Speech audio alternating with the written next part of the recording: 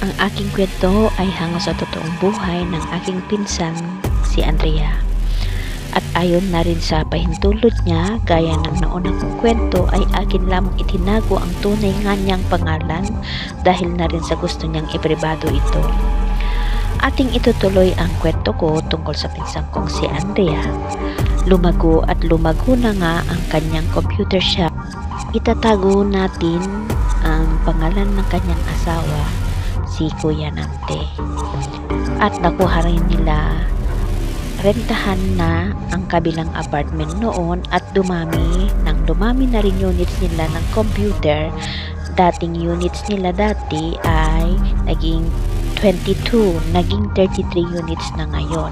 Nilagyan din nila ng aircon na sa loob ng internet cafe, may printer, may CCTV na rin sila at mayroon na rin silang dalawang tagabantay na sina Venusa at si Jenny.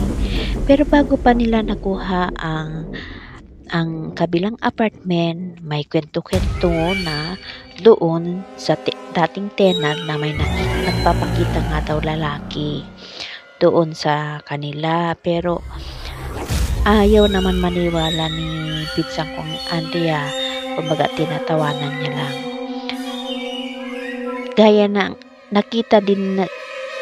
Gaya din sa kabila na mayroon din nagpapakita. Minsan nga daw, sabi nung tenant nila sa kabila, nalililingunan nila anino, maya-maya pagtitignan daw nawawala siya, at lalo-lalo na yung anak ng tenant dati dahil may maliit na anak, 3 years old pa lang ata noon.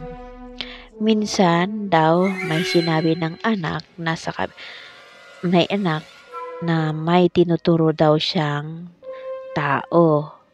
Pero pag tingin nila, wala naman daw. Maraming naniniwala na nanggagaling sa balon sa likod ng apartment.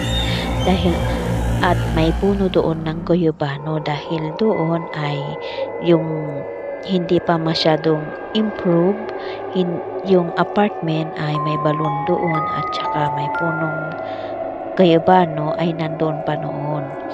Kaso nung na medyo nag-improve na rin, pinagawa ng may-ari, yung balon ay pinagawa tinakpan na nila ng semento at ginawa nilang bahay. Dahil marami-rami na rin ang umupa doon, laging may kwento na kababalaghan sa na apartment na iyon sa tabi mismo ng kalsada, kaya maraming may gusto dahil accessible ito sa lahat. Maski ano ang kwentong kababalaghan ay lagi pa rin meron umuupa. Gaya ng pinsan ko, kahit may kwento, kinuha pa rin niya yung kabilang apartment. Pagkatapos nag-operate na nga sila doon ng computer shop, sabihin na nating internet cafe, silang mag-asawa ang namalakad at kalimitan yung si pinsang kong si Andrea ang nandoon dahil yung asawa niya nasa kabila naman sa pangatlong apartment na nagpatayo ng repair shop doon, computer repair shop at computer supplies. So, magkaiba silang mag-asawa. Bali, ang kasama lang lagi ni Andrea doon si Venusa at saka si Cherry. Simulan ng operate sila doon, magaan na magaan ang mga pasok ng pera sa kanilang mag-asawa. At mula nung inabot ng pinsang ko yung suklay na kwento ko sa unang mga kwento ko, isang gabi naman doon sa pangalawang apartment, nagpapanghinga noon ng aking pinsang si Andrea sa kanyang kwarto nilang mag-asawa. Gabi na yun, mag-alas 8 pa lang ng gabi dahil sa maghaalinhinan sila ni Venus at ni Cherry pagbabantay ng alas 10 ng gabi, kaya nauna na siyang nagpahinga para saktong gigising na lang siya ng alas 10 para siya naman ang papalit sa dalawa. Eksaktong makuha na niya ng tulog niya noon nang may narinig siyang lagaslas ng tuyong dahon. Pagmulat niya ng mata, nakita niya sa loob ng kwarto nila malaking lalaki na kaitim mula ulo hanggang paa, ang haba ng damit na itim. Pumikit-pikit siya at grabe na ang takot na naramdaman niya. At pag at nasambit in Jesus' name, paulit-ulit ilang beses.